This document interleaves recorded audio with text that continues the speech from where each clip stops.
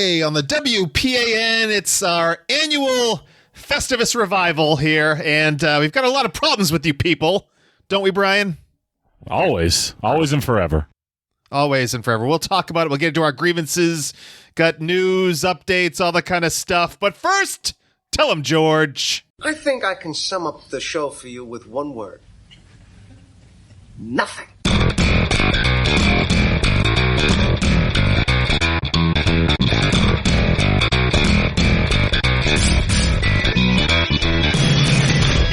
Wrestling fans, there are millions and millions of podcasts out there, but there's nothing like this one. Do you ever just get down on your knees and thank God that you know me and have access to my dementia? This is the Wrestling Podcast About Nothing. Nothing? Nothing. Welcome to the Wrestling Podcast About Nothing, another happy Festivus Christmas special, a production of Crackpot Podcasts. My name is Mike Crockett. I'm a longtime independent wrestling referee in the Northeast, currently on a pretty brief hiatus from the ring. Joining me, as always, is a veteran of the New England Independent Mat Wars. He's the irresistible force. He is the immovable object. He is the mastodon of the mat, the sultan of super heavyweights. What else am I missing? The Kingpin of big men. Yeah, there you go. You made the t-shirt. I did, yes. I actually had to look at it to get some of these down. The Kingpin of big men himself, Brian Milonas. Hi, pal. What's up, buddy? How are you? We're probably going to talk about that hiatus because you may be going back on one. Uh-oh. Yeah. Uh-oh. Yeah, I guess we will get into that. So we are recording this for YouTube, so you can see our ugly mugs as well as hear the audio on all your various podcast platforms. Remember when we said we were going to do these monthly? We were very committed to that. I was. Well, you disappear all the time. You're too busy making TikToks. You're a TikToker. I'm a TikToker. Yeah. I started like the month after, or actually a couple weeks after we recorded that podcast. I started doing these things on TikTok at the WPAN, the old account that we had for the podcast, just doing these today in New England pro wrestling history videos. And it's been 9 months now, I guess. So you and your fancy TikTok. Yeah, and so we just eclipsed 1,000 followers. Wow! Over there now you can TikTok. go live. Did you know that you can go live now? I hear that. Yeah, maybe I'll test that out and chat with the throngs of people that I'm sure want to discuss 1990s Killer Kowalski shows.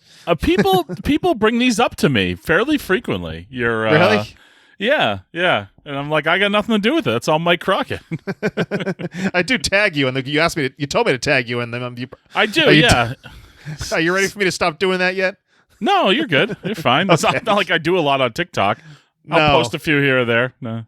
Yeah. Well, I was trying to for a while. I was trying to build a little following, but it's just like, I feel like the amount of effort and time you have to put into it to develop any sort of following is just, it's not worth it. I'm not going to make any money. I'm not going to be, I'm not going to get millions of followers or anything like that. So it's not worth it. It's not worth the effort. Well, don't I know it about the effort? Yeah.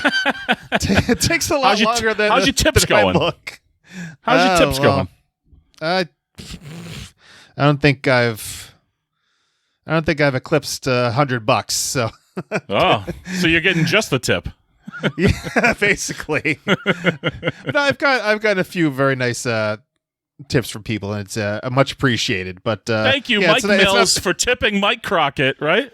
Please, dude. I've given that guy as so much freebies. Actually, he did. He tossed me a little something at one point. But see, there you go. Speaking of Mike Mills, I was basically a regular on his podcast for like 2.5 months, like over the summer. Wow, so you could go do Mike Mills' podcast on the regular, but couldn't make time for once a month WPAN. Got it. Exactly. That's exactly what happened. Yeah, I was doing the videos, and then he called me up because his buddy Doc there had some issues, so I was filling in every week. And yeah, he was asking me every week at the end of the podcast, so when's the WPAN starting back up again? I said, well, you got me too busy, dude, so I don't have any free time to do it. yeah, that's kind of what I've been doing. Just those videos that keep me up half the night most times because, between research and I don't have firsthand knowledge of a lot of these things, so I'm talking to people, messaging all these different people that I haven't talked to in years, and then coming up with some kind of joke or something, some funny angle on it to kind of make it entertaining. Then recording it, then editing it. It can be a little bit of an undertaking. Huh. So this is what you're spending your nights doing while your wife is in bed. This is what. Pretty much. Yeah. She must be really proud. She certainly is. She likes them sometimes. She'll heart them. That's nice of her. Kind. That's It nice. is. It is. A lot of times she'll do that. But yeah, it's that's what I've been up to. You've been up to a few things too, haven't you? Yeah. Here and there and everywhere. Yeah, I've been working the indies. I've been traveling the highways and byways. Sometimes up to the Great White North. America's hat, if you will. And then I started training at a wrestling school. No, not that wrestling school. A different wrestling school. So you're getting your reps in. Who's training you? Yeah. Oh, you're the trainer. You're the trainer. I am the trainer. Okay, and then started a wrestling promotion. We've covered that a little bit. We covered that. Yeah, we covered that before the promotion started, and last episode that we actually did, episode 201, that's how I weaseled my way onto the show. That's how you got booked. Basically, I just confronted Scott with. So that's how that happened. Let's start with the Beyond Wrestling School. How did that come about? Yeah, so one of their trainers, Ken Doan, decided to step away. That's not my story to tell, so this is not going to be where we discuss that. Oh, come on. He's Kenny for the Spirit Squad, Kenny Dykstra. Yeah, works for WWE. He went to a different school. So it's funny, like Drew Cordero, the owner of Beyond, who's a big fan of the TikToks, might I add. Thank you. He had reached out a while ago, before they had opened their school, to ask me, and at that point it was just like, I don't know, driving down to Worcester every week, even one time seemed, like a lot. And I don't think at that point I was looking to really, I was in a little bit different place, I think, mentally and whatnot. Mm-hmm. So, the bio school, started, and then over the summer, Ken decided to leave, and Drew had reached out again. And also, in addition to Drew, Antonio the Promise Thomas, former WPAN guest, longtime friend of the podcast, and personally, also reached out. And I'll say that they sold me on it, but they really didn't have to sell me a whole bunch. It really was just a matter of, did I want to make the commitment to go down to Worcester, from New Hampshire weekly, which at that point, I did. Definitely, looking for something to obviously stay involved in wrestling and, start to expand my role in the business because, I hope I have a number of years left, but still closer to the end than I am the beginning. That's for sure. So it just was the right time to, come back to and start training. I definitely had interest. I'd pop in at the New England Pro Wrestling Academy here and there. Just I don't think that would have been a good fit for me anyways, there as a trainer. So I've always loved my time, the time I spent in Beyond Wrestling. I've always had a great relationship and a great friendship with Drew. So, and of course, Tom's presence as a trainer, Antonio Thomas, it just made sense and it sounded like a pretty damn good deal to me. So I was excited to join. Now it's at the Whitey. Does that ring stay there all week? Like all the time? It's just there? That's where they store it, yeah. But it goes up on Tuesday before class and comes down usually Thursday night after Wrestling Open. Oh my God, who's putting that ring up and taking it down all the time? The students of the Beyond Institute of Pro Wrestling. We have a great group of. I'm obviously completely and totally biased, but we have a great group of students, dedicated, hardworking, want to be good in the ring, want to learn the business the right way, want to be involved. Like really awesome, awesome crew that we have. And how long has the school been in existence now? Since January. So they started up in January. So coming up on a year that it's been open. Is anyone close or has been on shows or ready to be on shows? Not yet, but very close. So I would say, probably starting maybe. I don't know. I don't want Drew to kill me, but I would say in the next month or two, you'll probably start seeing some students make their debut at Wrestling Open. So that'll be really exciting. Wrestling Open, which is happening every Thursday forever, right? On that's right, every Thursday Independent forever. Wrestling TV. Yeah.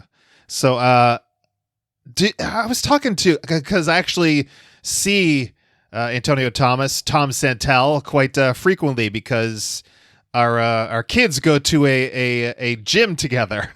Oh, so okay, yeah. I see him I saw him today. So that's why he sees you. Okay, that makes sense. Yeah, I saw him today. So yeah, I take my daughter and he takes his son and we meet up and chit chat. I was talking to him about this, when you first started, there were other promotions like you would go to NEWA or you would go to Atlas's promotion, right? To cut your teeth. So you didn't. Yeah. You weren't starting on a more established promotion. Is there what's the circuit these days? Because I'm out of the loop. Yeah, I mean, I think I think there's a number. We were kind of talking about this last night, we're recording this Thursday night, pulling back the curtain. So I'm on there on Wednesday nights, and we were kind of starting to talk about some of the promotions. I mean, it's probably some of the ones that I frequent. I think of. Pro Wrestling Super Show, Pioneer Valley Pro Wrestling that I wrestle for. Maybe trying to get these kids a look in something like a Limitless or places like that. So I think there's no shortage of options. Not Liberty States, Lucky Pro Wrestling that's out there. So I think a lot of these places are really good. Strong learning places that when the students are ready to branch out, they really can. But really, I mean, their home and their flagship promotion is going to be Wrestling Open / Beyond Wrestling. What's your status with APW? Atlantic Pro Wrestling would be another one. I have a great relationship with them. Yeah.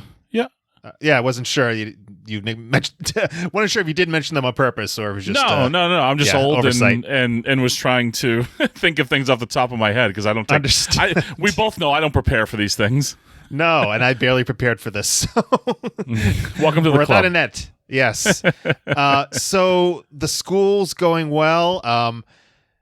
The promotion. Yeah, school's going great. We got 30 something students, like full-time students. Plus we always have, different people from the area dropping in. Love Doug's always there. TJ Crawford's always there. DJ Powers, always there.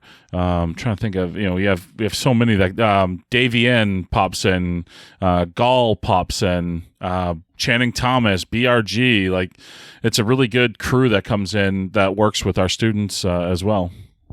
The funny thing is, though, you talked about driving down to Worcester, and you've been doing that for how many months? Was it been 6 months now? You've probably been doing that at least. Yeah, something like that.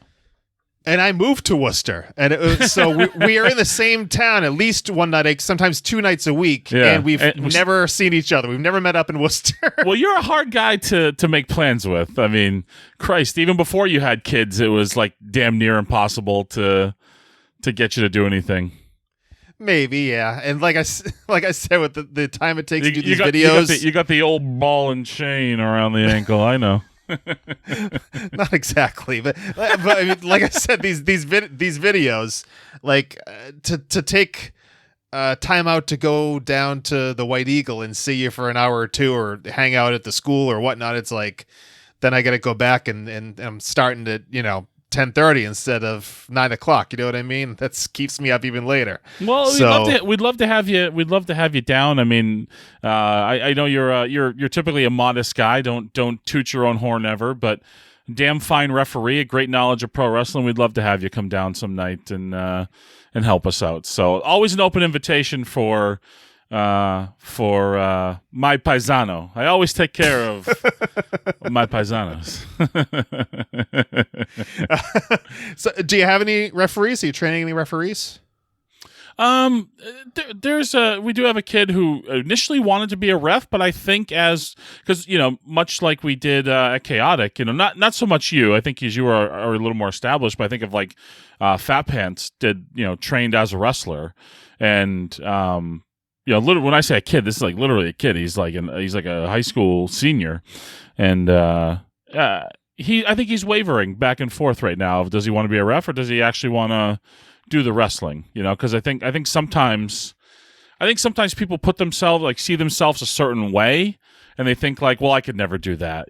So I think skinny 18-year-old kid might look at Roman Reigns and be like, yeah, I think identify more with the referee. Yeah. Mike, Sean Bennett. Yeah, definitely. So if someone wants to come down and be a part of this, where do they go? What do they do? Yeah. So find us on socials, Beyond Institute of Pro Wrestling. The best way to do it is email beyondwrestling@gmail.com. Schedule a time to come by. We're there on Tuesday nights, starting at I want to say 5:30, and then Wednesday nights we start at 6:30. I think it's at Bio Wrestling, I believe, on Yes. like social media. Yeah. Yes, you're right. Bio as in Beyond Institute of. That's so correct. It works out pretty well. Yeah, it does, doesn't it? It does. So the promotion, Rad Pro Rasslin. Yeah. We were talking about we do a post-mortem of that after the first show, but that didn't happen. And then No, it didn't. Another show happened and shows kept on happening and we didn't do anything about it. So You're a busy guy. You're coming to the end of the year. They just had Forever Rad, which is like, the big, the end of the season, if you will, of Rad Pro Rasslin. It's kind of, because Scott is influenced by his time in Chikara, and they kind of did seasons like that, so it's kind of the vibe there. But we still got the Holiday Spectacular coming. That is coming up in the Festival. in my new hometown of Worcester. Yes. And did you know that the Festival is a wrestling festival? That's what I understand. I kind of figured that out. I was able to piece that together. It took me a couple minutes, but I was able to figure that one out. So what's the experience been like being a part of a promotion, helping run a promotion, I should say? Yeah, it's been phenomenal. Scott is a awesome partner. I couldn't ask for a better partner. He's so passionate. He works so hard. And for a guy that doesn't do drugs, boy, does his booking make me think he does a whole bunch of drugs. But he puts so much of himself into it. He puts his heart and soul into it. It is truly a passion project for Scott. Like really the booking of it too, which I have no part in. When I say no part, I don't have any part in the booking. I don't want any part of the booking. My experience from being the Chaotic Wrestling booker has pretty much left me never wanting to be a booker ever again. So I let him handle that. I think it's been a great experience. I think we've run really successful shows.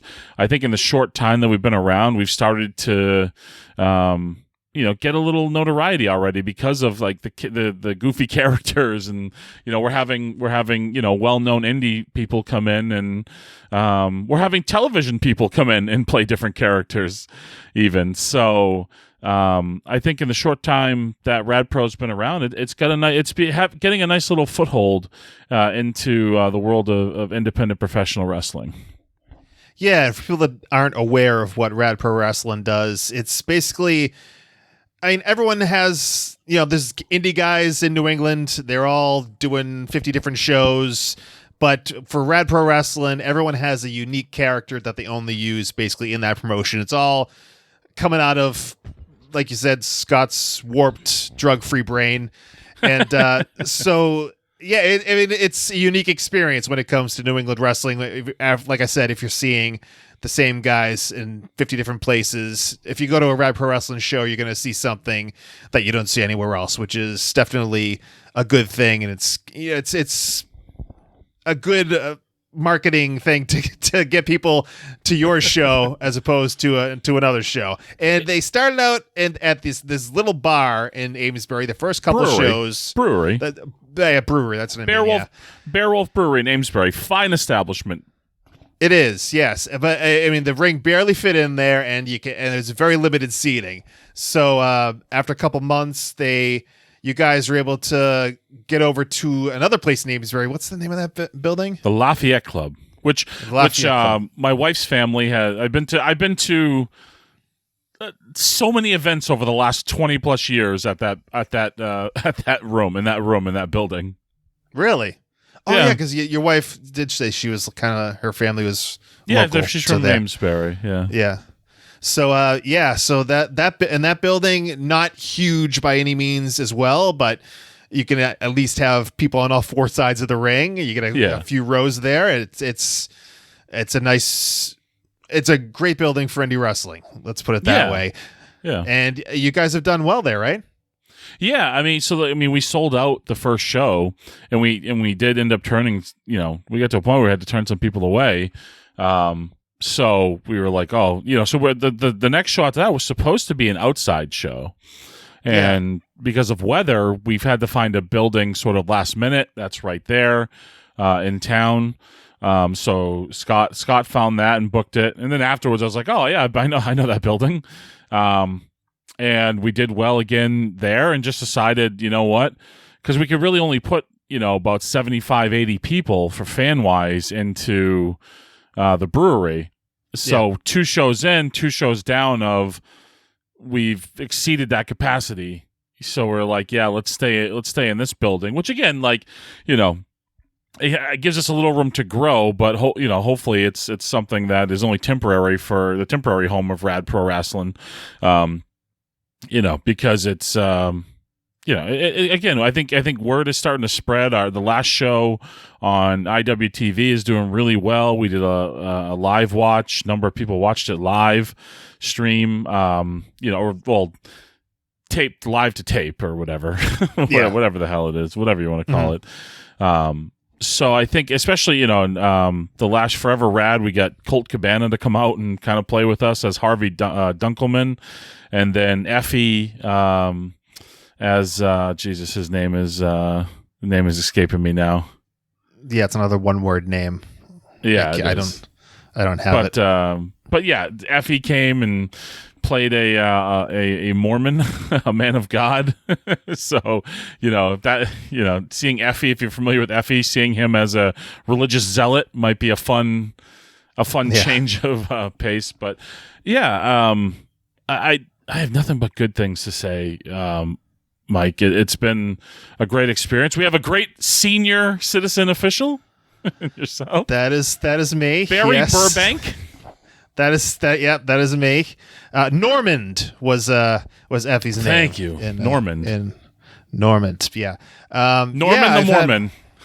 Yes, I've had a hell of a time doing the Rad Pro stuff. Like I said, I not doing much of anything, but I wanted to come back and support you, and I was invited back after that first show, and support me with the payday you're taking me for. We're lucky if we turn a profit. Indeed, my friend, indeed. So I made a joke at the last podcast, like, what are your duties over there? Because Scott is, like you said, he's all over the map, he's all over the place, but you're working more between shows. Yeah, I mean, honestly, like, I'm not gonna lie, like, Scott does it all, man. And so I just, what do you need me to do? And he tells me the things that he needs me to do. We discuss talent a lot, dates. We just laid out the calendar for next year. So a lot of it's just conversations, and a lot of times Scott's like, hey, I did this, hey, I did that, hey, I bought this, hey, I bought that. So I feel like I definitely report to him a little bit. I don't know. Maybe he reports to me. That's probably how it works, right? He reports to me. I give the orders. It sounds better than you being his lackey, which is kind of how it looks. Yeah. So it's a little bit of everything. It's just really the two of us, running the operation. So I know, Troy Nelson helps a lot. Joey Eastman helps us out a lot. So a lot of good brain trust with Rad Pro Rasslin. People I trust deeply. Yeah, Joey was kind of running the promos backstage from what I saw at the last show. So yeah, I haven't seen like the whole presentation on IWTV. I've seen a little bit, but not the whole thing. I really enjoy how it's put together. It's really something that people should go out of their way to see. Yeah, I think it's different. Like, right, you hit the nail on the head. There's a million friggin' independent promotions in New England. There's 5 more that pop up every year. So I think, in order to survive, we just felt like we had to have something different to offer people.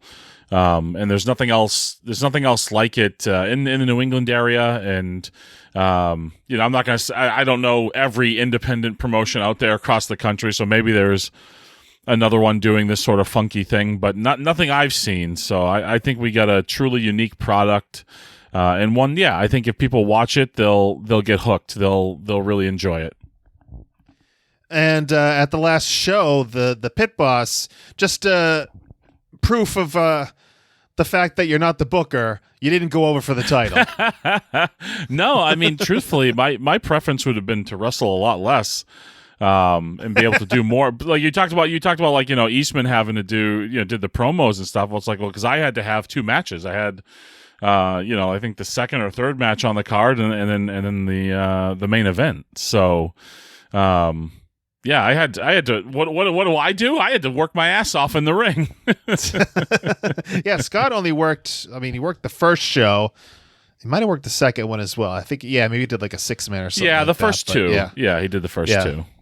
The ones at the brewery, but once he moved over to the Lafayette, I don't think he's been in the ring since. Yeah. So Rad Pro Rasslin going well, right? Yeah, going phenomenal. All right, cool. And so it's a good time for me to exit Rad Pro Rasslin. What do you mean? So yeah, I guess it's as good a place as any to just talk about it. Wait, this is a thing? Yeah, it is. I don't know. Oh boy. Hopefully Scott doesn't get mad. But it's my news to share. So, oh boy. Yeah, I'm gonna be taking an exit from Rad Pro Rasslin, and there's no animosity, there's no bad blood. I love Scott to death. I couldn't have asked for a better business partner. But there's just certain things that. I think for the company to go where it needs to go, I think it's time for me to step away. Maybe on a future episode we'll really delve in deep. Clearly, there's a story I'm not telling. It doesn't need to be told, doesn't need to be out there for public consumption. But I love the company. I love the business we started. I want to see it continue to grow and become something, very big. I'll always be a supporter of it, but really, truly when I think of, who's the heart and soul of Rad Pro Rasslin, who does the work and does the booking and all that. And it's Scott. It's Big Scott, Max Smash there. And, he's doing a phenomenal job. I think it's only onward and upward for, Rad Pro Rasslin from here on out. So, I love it, and I'm glad I had a hand in it. And hopefully someday, it's like the dude who like Ringo Starr replaced in the Beatles. Pete Best. Yeah, sure. So you're not just out as management and whatnot. You're not gonna wrestle either. It's just walking away completely. Yeah. I think the right move for me is to walk away completely. For me, it'd be weird. I feel like to still wrestle there, but all of a sudden not be one of the owners. Like, I don't know. That would be weird for me. So, you know, I love, and again, they don't need me. Look at the talent on those shows. Like, you know, I was happy to be a part of it. I mean, if truth be told, I was looking to take a little bit of a step back anyways in 2024. So to be able to help run the show, because it does, there's a lot that goes into running a pro wrestling show. It's not just what you see on camera. There's lots of moving parts, especially with like getting footage done. So really, I mean, I probably only would have been on a handful of the shows anyways next year. So yeah, I'm going to step away completely for now, but you never know. You never know when the pit boss might show back up. So why the step back in 2024? Is it? Well, I wanted to focus more on trying to. I'm not taking a step back from wrestling. I meant in Rad Pro. My intent was to be able to be less in the ring and more engaged backstage. Gotcha. Okay, so you're still going full bore for 2024. Yeah, absolutely. You know, I'm in that ride it to the wheels fall off sort of mentality. You know, how the wheels doing?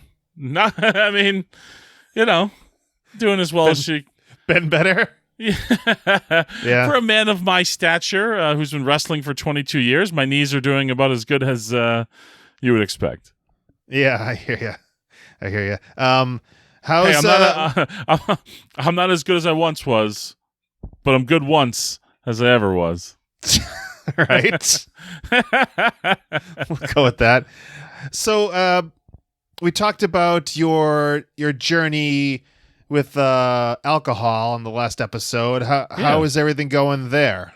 Oh, we're still. I haven't touched booze now. We're coming up on 2 years. So, thank God. That would have been awkward if I just pulled up a. It turns out this is a bottle of Absolute. Yeah. Well, it's good to hear. It's been over a year? No, coming up on 2 February. Oh, yeah, February will be 2 years. So, again, like we had talked about, for me, it's just better to, you know, it's easier for me to refrain than it is to control myself, you know, while doing it. So, you know, it's a decision I've never looked back on. It's something I don't even think about, honestly, on a regular basis at this point. Yeah. Well, that's good. Yeah. Yeah, all good on that front. Yeah, good. I'm happy you're happy, Mike. I'm still boozing it up, though. Woo! But no soda, right? No. It's been like 10 plus years. No soda. No, you're a raging alcoholic, but no soda. Woo. Hey, I just want to give, you know what, I just want to give it, and I don't know if he listens or not, but big shout out, and I only mention it here because Matt is public with it on his social media, but shout out to Matt Logan, Brian Logan too, but Matt Logan, again, he shares it. I don't feel like I'm outing anything here. He shares it publicly on his Facebook and everything. I know there's wrestling fans on there, but super proud of Matt, too, and I hope I find myself on the I don't know how many more bookings or matches he has left in him, but I would love to find myself on the other side of the ring from Matt and Brian again someday. With you and Pete Malloy, right? Yeah. Hey, Pete looks like he's doing all right. He is. I think he might have. I think he's doing the clean life as well. So see, there you go. Yeah, everybody's... That place, Chaotic Wrestling, fucked us all up. No, I'm kidding. I'm kidding. That's a joke. That is a joke. I'm gonna get a text from Jamie. Did you say Chaotic Wrestling gave you alcoholism? No, Ring of Honor and being part of the Bouncers did. No, I'm kidding. Oh boy. Oh, speaking of the Bouncers, I did see just today that you guys are putting feelers out there saying book the Bouncers in 2024. Well, I mean, feelers were put out to us. Whoa, because, really? Because Bruiser, Bruiser's I know Bruiser back. had some health issues. Yeah, so he had his hip. Yeah.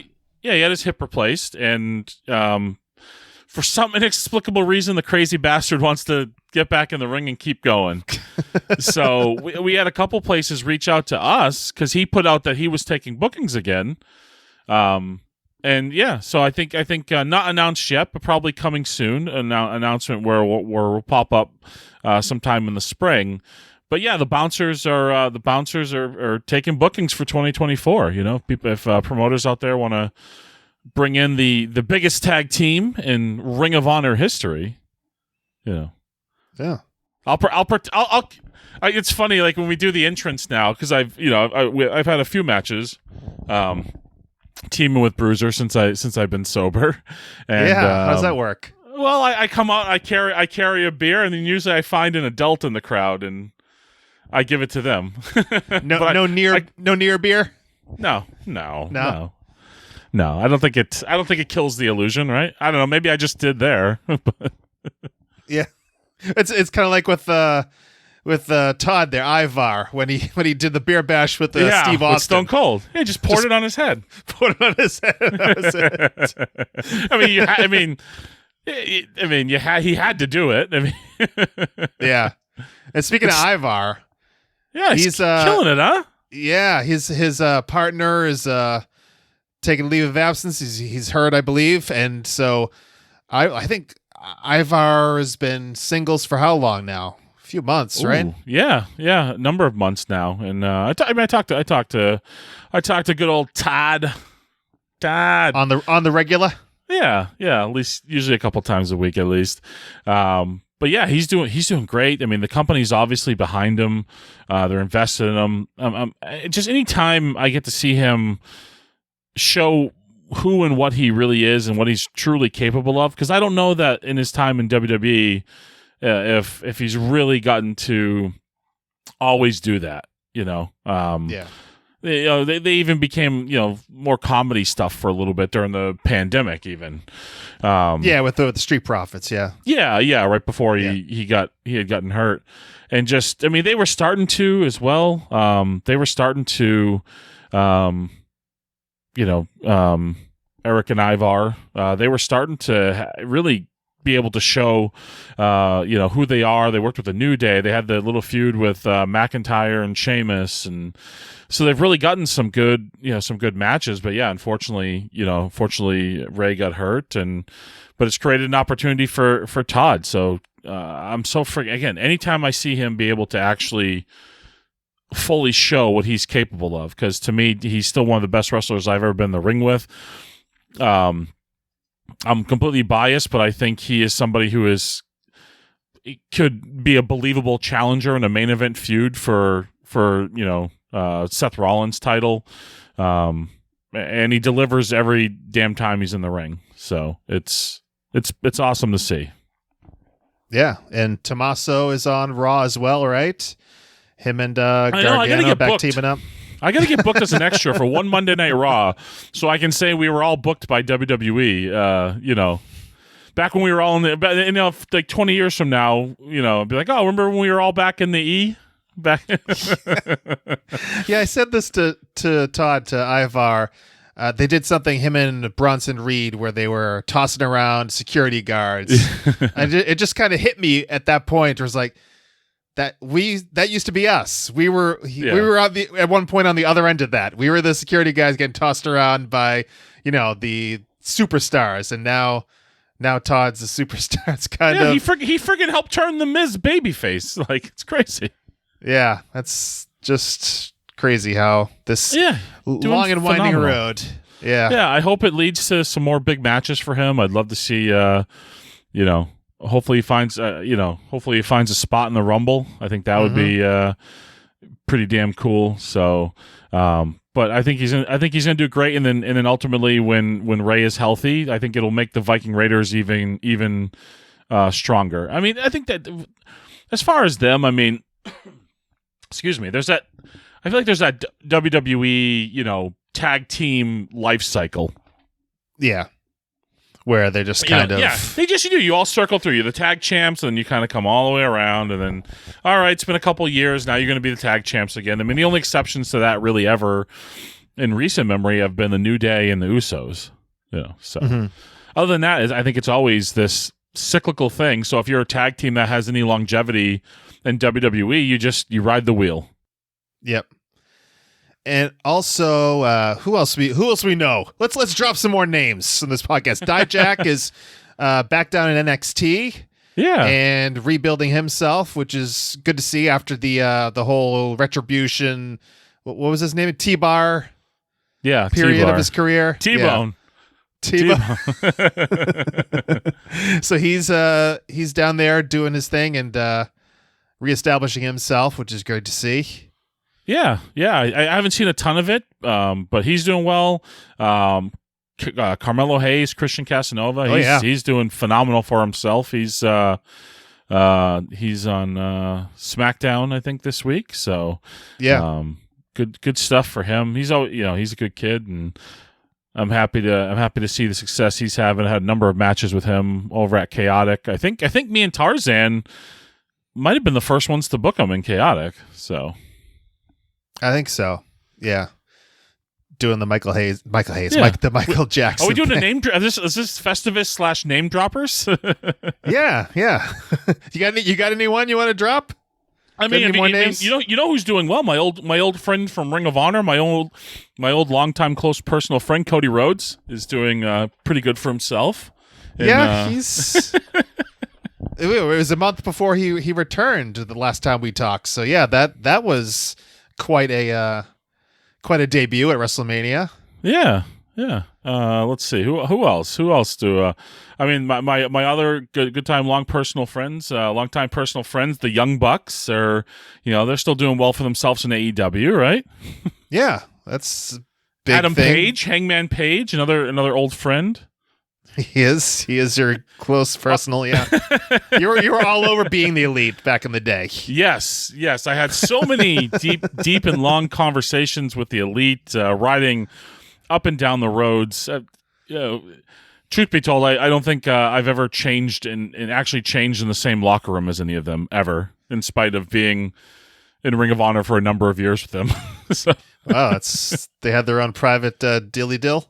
Yeah. I mean, it wasn't like a big deal, but it was. I think people made it out to be, nefarious in that they, but it wasn't that at all. It's just they were all close friends, and there was a large. It wasn't like two people were taking over a full locker room space. It was, a large number of them all changing together. So I think over the years that got twisted into negative bullshit from people who have no idea the dynamics of a pro wrestling locker room comment, or even people who maybe do but never were in that locker room. So, or back in the day when all the Chaotic guys were on a different show and they'd all put their bags together and get heat for sitting and talking to each other. Yeah. The good old days. God. The good old days. I mean, some of that heat was legitimate. Some of the we'll leave the names unnamed, but some of the old Chaotic fellas just sit in front of the monitor and bury people. Yeah, I remember that as well. That might have been what the heat was about. Could have been. Yeah. What else for big news in wrestling over the past 9 months? CM Punk, that whole odyssey from AEW to WWE, that was wild, huh? Never say never. Behold. Huh? Never say never in pro wrestling. That was I've always been a believer of that, but that was one I truly thought would be never. I never thought I'd see CM Punk back in WWE, and I wonder if Vince McMahon was still wielding the amount of power that he used to in WWE, if CM Punk would be back, but. Crazy. I mean, I think the dude is like the top merchandise mover in the two top companies right now in America. So it's freaking wild. I mean, he draws. People care about him. I've been told by somebody, a number of people who know him, but very recently I was told, all the stories you've heard, every one of them's true. Like it's, I don't think you're talking about a nice guy here, but he's a draw. People care about him, and I think he'll probably have. It feels, I bet the second act of CM Punk in WWE tops the first one. I mean, you hear countless people who have said that their reintroduction to pro wrestling was the pipe bomb promo. There's definitely something to this guy that gets people talking, gets people watching. Hey, assholes can be successful. Like, I don't know. Like I don't know CM Punk personally. All the limited interactions I've had with him, I've never come away impressed. Like, just put it that way. Remember that one time he was very kind to us, though, at WWE TV? It was so bizarre. I think that was like when he was on his way out, so maybe he just like found out he was going to be able to leave. He was like, "Hey!" It was the night he it was in Boston. It was the night he publicly negotiated his contract with Vince in the ring. That was in Boston. That was that night, and he came and told us there was lobster. I have a feeling he was just mocking us, but yeah, every other interaction was. I mean, the first interaction I ever had with him, I did extra work for Ring of Honor back in. Christ, it must have been 2003, maybe 2004. I don't know, somewhere in there. And he looks at he's bitching about like they couldn't find a gym open in Boston or something, or he's like, I guess everybody in Boston just wants to be fat. And then he looks at me and Max Bauer and goes, "Sorry, guys." Like it's completely unnecessary. Completely unnecessary. Yeah. Hopefully, he's turned over a new leaf. That's gives a shit. I mean, honestly, gives a shit if he has. Like, it's about wrestling. Like, we need to stop pretending that the wrestling business is anything more but a goddamn business about making money. Like, it's.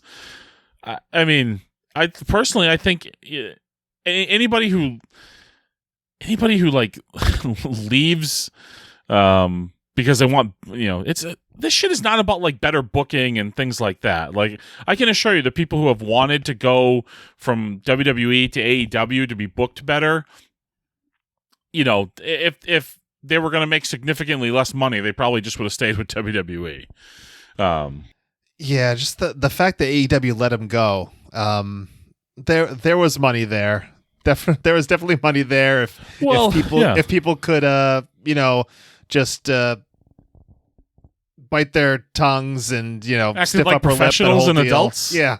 I mean, not be children. Like, I don't know. Like, it's. I mean, I don't know. I mean, I've seen pro wrestling fights in locker rooms over the years. Like, and it's. I think every one of them I've ever seen has been pretty stupid. And you're talking about millions and millions of like when you talk about a startup like AEW, where I'm guessing the margins are pretty thin. I don't know what their books look like, but they're probably not great looking books right now as a startup entity. And a guy like CM Punk and the amount of money that he can generate and revenue he can bring in and tickets he can sell. You got to think that Wembley crowd, like, he was as big a part of moving tickets on that as anybody. It just shows maybe business but I mean, if it's in wrestling now, contracts are guaranteed and stuff, so I guess you don't really care, right? I mean, if you have a guaranteed contract, it's gonna get paid out whether 500,000 people watch you or 1 million people watch you. Maybe you just you don't really care. I don't know, but if you hear about how Warner Brothers Discovery was very much behind CM Punk being a part of the promotion. Now he's WWE, and now you hear rumors of Warner Brothers Discovery talking to WWE about possibly moving Raw over there, and that'll open up a whole can of worms. And if that happens, and AEW, I mean, because we all know that TV rights is where the money's made, basically, these days. The TV rights. So if something happens to AEW's TV contract, then that's lights out for them. Well, I mean, they're backed by a billionaire, so I don't know. But I mean, I hope that doesn't happen, because the best thing for pro wrestling as a whole is for them to be wildly successful.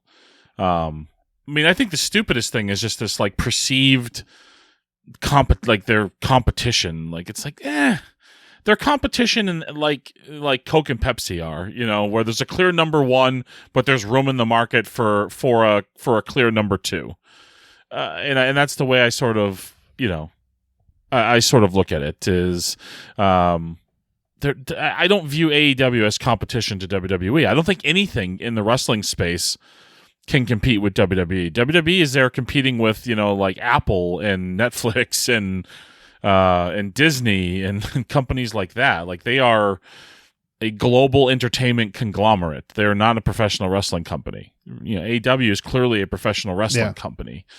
But I hope they are wildly successful. I hope the ratings quadruple. I hope they get a mega TV deal, because it's good for the industry. It's good for the people in the industry. The more companies that are successful. No, yeah, it's definitely. I mean, the vibe with wrestlers today you see on social media is just so different. Where people they're okay with just airing their shit out in public because they know they have options these days, which is a fantastic thing for pro wrestlers these days. Yeah, have leverage to have, why has the money exploded over the last couple of years? Well, it's because Tony Khan is handing out some pretty freaking big contracts to people. So it's good. It does. It gives wrestlers options. It gives people options. You don't have to feel, stuck or whatever if you're unhappy with what you're doing in WWE. And if you're a guy who's on the lower end of the card over in, WWE, your money's probably going to be similar, but maybe it's I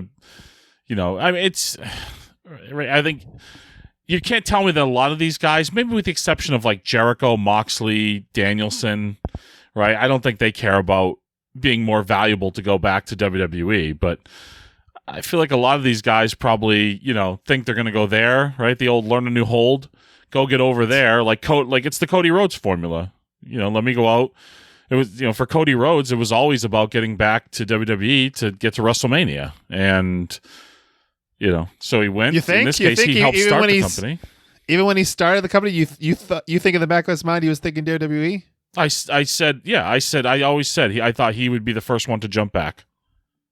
I had no, I didn't think that at all. I thought he was a lifer. I mean, he helped start the company. No, I wouldn't have guessed. I always thought he'd end up back there and main eventing a WrestleMania someday. Like he's after maybe if AEW crashed and burned, but I didn't think he'd go there as when AEW is still a viable entity. I did, because that's where all the money's gonna be. I mean, he was when he was probably making AEW, it was probably a fraction of what he is making in WWE currently. I don't know, as EVP. I don't know. I mean, he's got to be making what, $3-4 million a year minimum in WWE. Like, I don't think he was making that in AEW. That much? Got to be. I mean, to lure him from that situation to WWE, I think it had to be pretty substantial. I think. Yeah, damn right it is. And that's it's not Brian Milonas money. I can tell you that much. Imagine if we had these options back in 2004, 2005 when we were toiling. The kids today, they just don't understand, Brian. That we it's easy. You just put your shit out on social media or YouTube, or people find it that way. There is the one company that was the center of the universe, the end all be all. There is no other option, and if you couldn't go there, you couldn't go anywhere. The opposite of New York. Well, that's what was beaten to our heads. Yeah, which sucks, because I think about, hindsight is always 20/20. In the moment I was making what I thought was the right decisions for me. But now I look back as like, man, I should have tried to get into places like Ring of Honor and stuff, earlier. I should have, because of that mentality that I had, I could have, I wrestled Delirious. I forget what year it was. Maybe like 2011, something like that, maybe. Vermont. And he wanted me to come do a tryout. And I was, at that point, you got to pay for their tryouts. I'm not going to do that. I don't even really care. I don't want to be there. Blah blah blah blah blah. How many years later? That's where I actually catch my break. But if I just had a smarter mentality, or been taught, to have a more open-minded view of the professional wrestling industry as more than just WWE, then who knows? I mean, I might have just fell flat on my face at that tryout at that point.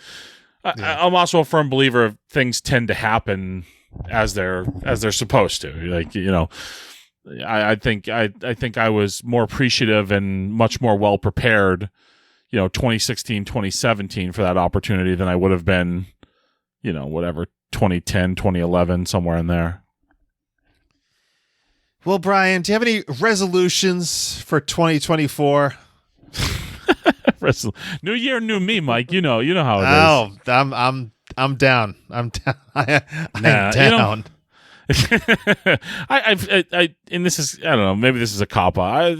I think resolutions are so stupid. We all make the same ones every year. We all break them by like January 6th. You know, it's the goals I have is just try to continue what, I mean, the last time we talked in depth on here, we really talked about like mental health and things like that. And, you know, I've definitely had a slip back in mental health and, kind of has affected me other areas as well. So I think just anything, I got to refocus, get back on track, just get focused on being healthy, physically healthy mentally, taking care of that. You know, your mental health is so important, and we've had a number of discussions about it over the years. And it feels like a roller coaster sometimes, right? Like sometimes you just get into ruts and get in your own head, and that's kind of where I'm at right now. Just the last time we had talked, I felt like I was in a really good place. So it's something you gotta, something that I'm still learning about, right? You gotta stay on top of it. It's something you really do have to focus on every single day of your life. So for me, it's not about making pie in the sky resolutions. I've done shit like that my whole life. It's really about living in today, living in the moment, focusing on what I can do to make today a productive and good day. And then I'll worry about tomorrow. Yeah, it's been a roller coaster for me too. Just lots of ups and downs. Life, brother. Mm-hmm. Yeah, we're middle-aged men. I feel like, I don't know. We're middle-aged men now. This is mortality, I guess, slapping us square in the mouth. Yeah. Speaking of which, I gotta do something about. I'm getting up off the floor with my kid and huffing and puffing. So you got to get off the sugars. Believe me. I'm exclusively sugars at this point. You know what your resolution should be? You got to be off bread. You're off bread. Oh my God! So have we hit Mike, just about everything? I should have brought it out. I got a Festivus game. What's that? A Festivus board game that we got to play sometime. Really? Yes. Oh wow! I should have had it here. I should have had it handy. But I have a Festivus board game. We'll have to play it sometime. Maybe on Festivus. Do you have any grievances? If I shared some of my grievances, I'd probably be texting you later to edit them out. Yeah, I understand. I mean, my grievances, it's all the same lame ones, right? Wrestling social media, terrible, especially X or Twitter or whatever. Yeah. My grievance, stop being fucking idiots stop with stupid wrestling dust-ups on Twitter and TikTok every damn day. Just like, does anybody enjoy this shit anymore? Come on. Well, come on, man. What do you got for grievances? You got any grievances? No, not too much. No, I'm doing all right. Oh boy, you're such a wimp. I didn't have time to think about grievances. I'm sure there's something. My grievances with every company that hasn't given me a contract in 2023. That's who I got a grievance with. All right. The 2024, that's your year. Yeah, here's what I say to them. Right there. Wow, the old Italian salute, huh? Well, you are Brian Roselli, so. Right there, huh? Well, Brian, speaking of different promotions, I believe you are hitting the highways and byways, crisscrossing this great nation of ours, plying your trade as a professional wrestler. And as I drag this out so you get your phone open, I'm hitting good. you with this. I'm good to okay, go. You got dates. I do. Next Thursday night. Oh, when's this dropping? It's dropping on Festivus? Yeah, on Saturday, I believe. I'm just hoping. All right, just making sure. Next Thursday night, I'll be back at Wrestling Open at the White Eagle, the world-famous White Eagle in Worcester, Massachusetts. Also, this is part of the Restival. Also at the Restival, Rad Pro Rasslin. I will not be on the Rad Pro Rasslin show, but I'll be backstage running it. But we are at noon on New Year's Eve, so January the 31st, New Year's Eve day. So come to Rad Pro Rasslin. Come out, take the kiddies out during the day. So the show starts at noon. We'll be out of there, before 2:30. You can have lunch. You can have a nice little wrestling show with the kids, and then go drink your face off for New Year's Eve. There you go. I will be wrestling on January the 31st, but not on Rad Pro Wrestling. I will be wrestling at Heavy Lies the Crown for December Beyond 31st. Wrestling. December. Did I say January? I said December 31st. Right. New Year's Eve. I'll be wrestling first time ever matchup. Two longtime veterans of the Northeast independent scene. Brian Milonas taking on Dan Barry. How about that one? Very nice. That's what all the people are paying to see. I assure you. I know. I'm not going to make it, but I'm sure there's plenty others. And then the last date I'll leave you with here is January the 5th in Brockton, Massachusetts. Pro Wrestling Super Show. Another first-time matchup, I believe, with a long-time New England indie veteran this time, Teddy Goods. Wow. Yeah. That's a main event anywhere in the country. Couple of first-time matchups for the old Kingpin with guys I've known for a really long time. Exactly. Yeah, it should be very interesting. Well, if you want to book Brian Milonas, you can email him at brianmilonas@comcast.net. Is that still a thing? That's it. Yeah, that's it. Or slide in those DMs like I don't know, I think it was a bot who wanted to book me in Indonesia. Oh, all right. I'll be on that flight. There you go. At Brian Milonas. You got your passport now. You're ready to go. Yeah, I do. All right, Brian. I think we're done here, right? You got things to do, places to be. Yeah, I'm good. It's Friday night, You I'll feel go out all a right? little bit, go out, dance a little bit, I don't know. Hey, big guys don't dance. That's you gotta keep it in here, right? You get the arms going, right? You get the arm. Look at this. Look, I'll stand up and do it. This is called the Milonas two-step. There you go. Right? Very nice. As long as the arms don't go above the head. That's as long as the arms don't go above the head. No, they don't go above the head. You keep it right here. 1 and 2. And 1 and 2. Yeah. The Milonas two-step. Very famous in our family. Multiple generations now. I hope to pass it along to my son. Very good. Well, when will we be back? I don't know, I don't think Mike. we should promise anything. The next time you're like, hey, you want to record an episode? And I go, sure. When do you want to do it? Yeah. And then you'll say, you ready for tonight? I'll say no. Unless I sign on with another podcast elsewhere. Maybe I'll start my own. Wait a second. Wait a minute. Maybe I'll replace you. I've made some friends in the podcasting world. Maybe I'll just replace you with one of my friends. All right, well, I'll let me know. replace you with Husky Rhodes or Dad Hat or D of Positivity or Jaxpo. All my old friends over at the other podcasting stuff I did. The other podcast, yes, that other one. Oh my goodness, Brian. All right, well, let me know otherwise. See, you have all these options, just like with wrestling. There's all these options for you. I'm in demand, baby. It's your oyster. World's your oyster. I'm in demand, baby. I'm back, baby. What?